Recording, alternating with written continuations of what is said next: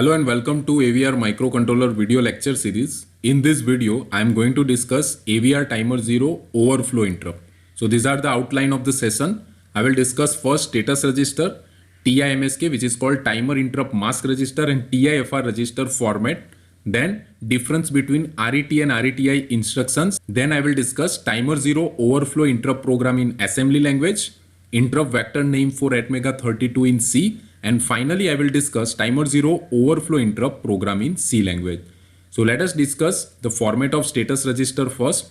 So out of these 8 bits, we are going to use this I bit. So in order to recognize any interrupt, first of all, this global interrupt enable bit should be enabled to 1 by writing SCI instruction, right? If it is clear or 0, then no interrupt will be recognized even if that interrupt comes on the microcontroller physical pin or any other software interrupt will occur. Then the next register is TIMSK register. This is also an 8-bit register which holds the individual interrupt enable bits for 3 timers which are called timer 0, timer 1 and timer 2. For example, first bit is TOI 0 which is called timer overflow interrupt enable 0. Second is output compare interrupt enable 0. So these 2 bits are reserved for timer 0 interrupt, right? So if we have configured the timer 0 in normal mode, at that time, if we want to use timer 0 overflow interrupt, at that time, we need to make this bit as a 1. If we want to use CTC mode interrupt or output compare interrupt, at that time, we need to make this bit as a 1. So these 2 bits are reserved for timer 0. Then these 3 bits are reserved for timer 1. So if we have configured timer 1 in normal mode, at that time if we want to use the interrupt service for timer 1 in normal mode, at that time we need to make this bit as a 1. We need to write this bit as a 1 along with this bit. Remember, you need to make this bit as a 1 first of all. Then individually you have to set individual bits of TIMSK register depending on the requirement, right? Then these 2 bits are reserved for timer 1 CTC mode interrupt. Then timer input capture enable 1 which is used for ICP pin, right? Then last 2 bits are reserved for timer 2. First bit is reserved for timer 2 normal mode interrupt and second bit is reserved for timer 2 CTC mode interrupt. Then TIFR register. So already we have discussed this register in timer concept, right? So this register holds the individual flag bits, okay, which shows the timer has finished the timing operation. So upon normal mode, so if we are going to use timer 0 in normal mode, upon maximum value, when TCNT 0 will reach to its maximum value, this TOV 0 flag will become 1. Whenever you have configured timer 0 in CTC mode at that time, so once the comparison has occurred at that time, this OCF 0 flag will become 1, okay. Now if you compare these 2 register, then here TOV 0 and here TOI 0 bit is there, right? These all bits will be set by the microcontroller upon the maximum value or upon comparison has become true, right? These bits we have to make it 1 if we want to configure the timer related interrupt. So there are the 2 differences. This register we need to write particular bit to 1 for particular interrupt. This bit will be written as 1 by the microcontroller upon particular condition has occurred, right? So we are going to use this 3 register in this interrupt programming. Now there is a one note about AVR interrupt. So upon activation of the interrupt, the I bit is clear by the AVR itself automatically, okay? So that will make sure another interrupt cannot interrupt the microcontroller while it is serving the current one. Okay, so upon activation of the current interrupt, microcontroller automatically put I bit as a 0 or write I bit to 0 so that no new interrupt will be recognized even if it comes unless and until microcontroller will finish execution of the current instruction. Then at the end of ISR, interrupt service routine, RETI instruction will make I equal to 1 so that will allow the new interrupt to come in, right? Now timer interrupt flag bits and associated register. Now already we have seen this TOV0, TOV1 and TOV2 are the part of TIFR register for timer 0, timer 1 and timer 2. Same way, if we want to use timer related interrupt, then we have to make this TOI0, TOI1, TOI2 to 1 of TIMSK register. Now let us understand with the help of this example. Suppose I want to use timer 0 overflow interrupt, right? So if TCNT0 register has reached to its maximum value FF, at that time this TOV0 flag will become 1. At that time, if you want to use the interrupt, TOI0 of this TIMSK register should be written with 1. Okay, so that this one signal will be generated over here. Now if at that time we need also make this bit as a 1, I bit as a 1, so 1 1, the final answer is 1 over here. So microcontroller is diverted to the new vector address 0016, okay, which is reserved for timer overflow interrupt, right? So this is the entire process. So as you have observed, you need to make this bit as a 1, you have to make this I bit also as a 1, then and only then this maximum value has reached, at that time the interrupt will be generated, right? Now difference between RET and RETI. So what perform the same action, okay? RET and RETI instructions are written at the end of the service routine, right? RET is written in the normal subroutine and RETI should be written at the end of the interrupt service routine. Now there is a few difference. Now let us discuss that difference. Both perform the same actions of popping of top bytes of the stack into the program counter and making the AVR to where it left off. Okay, so it will provide the return address. Both will provide the return address from where the microcontroller has been interrupted. However, RETI also perform one additional task. Now, what is that additional task? It will set I flag automatically to 1, okay, which was being reset by microcontroller upon activation of the interrupt. Okay, then if we use RET instead of this RETI, then I flag will not be set automatically and no new interrupt will be recognized even if it happens. Means if you use RET instead of RETI, then what happen? I flag will not become 1 automatically, right? So even if the new interrupt comes, then also microcontroller will not respond to the new interrupt. Now timer 0 overflow interrupt program in assembly language. Let us take one example so that we are clear about timer 0 overflow interrupt. So write a program to generate a square wave of 8 microsecond on PB5 pin using timer 0 overflow interrupt, while at the same time data is being transferred from port C to port D. So remember, here we are going to perform two tasks. First, transferring the data from port C to port D. Okay, whenever timer 0 overflow interrupt comes, at that time we need to toggle PB5 bit it every 4 microsecond. Here it is 8 microsecond, that is the total period. So at every 4 microsecond interrupt timer 0 overflow interrupt will occur, and at that time we need to toggle this PB5 bit. Again this task has been finished, at that time again it will return to the main task, which is transferring the data from port C to port D. So parallelly we have to perform two tasks using timer 0 overflow interrupt. Let us write the program for the same. Dot include m32 def.inc dot org0. So the program will be started from here.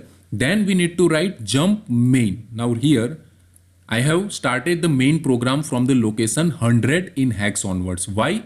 Because first 28 locations are reserved for the interrupt vector table, right? So we need to skip all those locations, okay? And we need to start the program from that locations onward. So I have taken this 100 address so that all the vector address has been bypassed, right? LDI R20 high remain SPH out SPL comma R20. So I have written these 4 instructions so that this will initialize the stack pointer register, because in interrupt stack is going to be used. So we need to define the initial address of stack pointer register. Then SBI DDR B comma 5.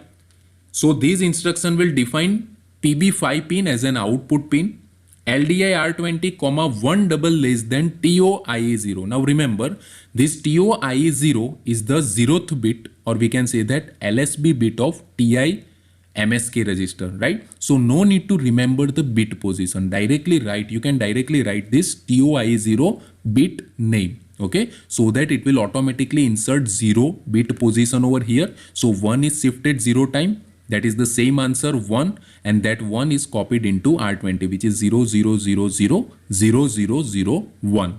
Then out TIMSK comma R20. So this R20 will be copied into TIMSK register. So we have made this TOIA0 bit as a 1. Then SEI, because we need to set I flag so that all the interrupts will be enabled automatically, right? Then whenever timer 0 overflow interrupt comes, So program is diverted to this address 0x16, which is the location for timer 0 overflow. Now as we know that there are only two locations, 16 and 17, so we cannot write a lengthy program in that two locations. So we need to divert our program from that location onwards, right? So I have written jump T0 underscore ISR. So I have diverted my program from this location to this T0 ISR location, right? That we are about to see. Now I have to configure the timer because I'm going to use the timer 0 overflow interrupt. LDI R20,224. So load timer for 4 microsecond delay. Out TCNT 0, R20. Now how to calculate this value I have already explained you in the case of timer programming, right? So you can refer those videos of timer, right? Then LDI R20, 0x01. So this 01 will be loaded into TCCR0 register that will define timer 0 in normal mode, internal clock with no prescaler. LDI R20, 00 out DDRC, R20. So that will make port C as an input port. Then LDI R20 FF out DDRD, R20. So that will make port D as an output port.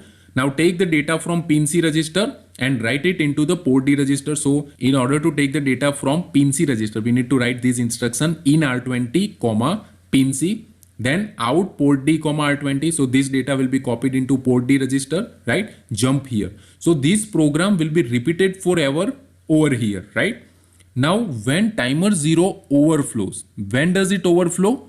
At the time of every 4 microsecond, right? So whenever program is executing any three of these instructions and particular 4 microsecond interrupt comes at that time, it will first finish the execution of the current instruction, okay? And it will jump to the interrupt vector address, which is 0016 for timer 0 over. So it will jump to this address org 0x16 and it will be diverted from here jump T0 ISR address, right? Now this is the ISR for timer 0 and it is executed every 4 microsecond, right? So every 4 microsecond microcontroller will come out from that main loop, okay? And it will enter into this address. So .org 0x200, I have written the ISR on this address location 0x200 in R16, pin B. I have to take first pin B register into R16, then LDR 17, 0x20. I have loaded 20 into R17, XOR R16 with R17. Now what happened? Okay, if you XOR 1 with any bit, then the answer will be toggled of the second bit, right? And this remaining bit will not be affected, right? Then out port B, R16. So this R16 content will be copied into port B so that PB5 pin will be toggled. Then before returning to the main program where it was interrupted, we need to write this initial value 224 into TCNT0 register, right? So remember this thing, before returning to the main program, we need to copy the initial value into TCNT0 register, and finally you can return from the interrupt service routine by writing this RETI. So the program will be diverted from where it was interrupted, which is the loop which we have written for transferring the data from port C to port D, right? Again, after 4 microsecond, program will be entered into this address, okay? Execute this instruction and jumps to the main program. So this sequence will be repeated forever. So here we have performed two tasks, transferring the data from port C to port D. At the same time, we have also generated 8 microsecond period square wave on PB5 pin. Now same program we need to write in C language. So to use interrupt programming in C language, we need to include the header file. Has include avr/interrupt.h, otherwise syntax error will occur. Then CLI for clearing the I flag and SCI that will set the I flag, right? Now interrupt vector name for Atmega32 in C. Now here there is an advantage of using Atmega32 C program. We'll no need to remember the target address, or we can say that vector address for particular interrupts. For example, suppose we want to go for external interrupt request 0. Right? At that time we need to write int 0 in capital letter underscore vect in small letter. For example, if you want to configure timer 0 overflow interrupt, at that time you have to write timer 0 capital letters underscore OVF in capital, that is called overflow flag underscore vect in small letter, right? Now let us see how to use this interrupt vector name. So defining ISR, following structure is used in C language. ISR in capital letter, first of all you need to write interrupt vector name, which we have just discussed. Then our program logic and end of the ISR. For example, ISR timer 0 underscore OVF underscore vec. If we want to go for timer 0 overflow interrupt, then the related program that we can write over here when timer 0 overflow interrupt occurred, right? Now let us write the same program which we have just discussed in C language, right? So transferring the data from port C to port D, at the same time generating the square wave of 8 microsecond on PB5 pin. Has defined f underscore CPU 8 into 10 raised to 6 unsigned long. Then has include AVR slash IO.h because we are going to use AVR IO registers, right? Has include AVR slash interrupt.h because of the interrupt that we are about to use. Int main void. Here the main program starts. DDRB or is equal to 1 double less than 5. So this statement will make PB5 as an output pin without disturbing rest of the bits of port B. Then DDRD is equal to FF, make port D as an output port. DDRC is equal to 00, this will make port C as an input port. TCNT 0 is equal to minus 32.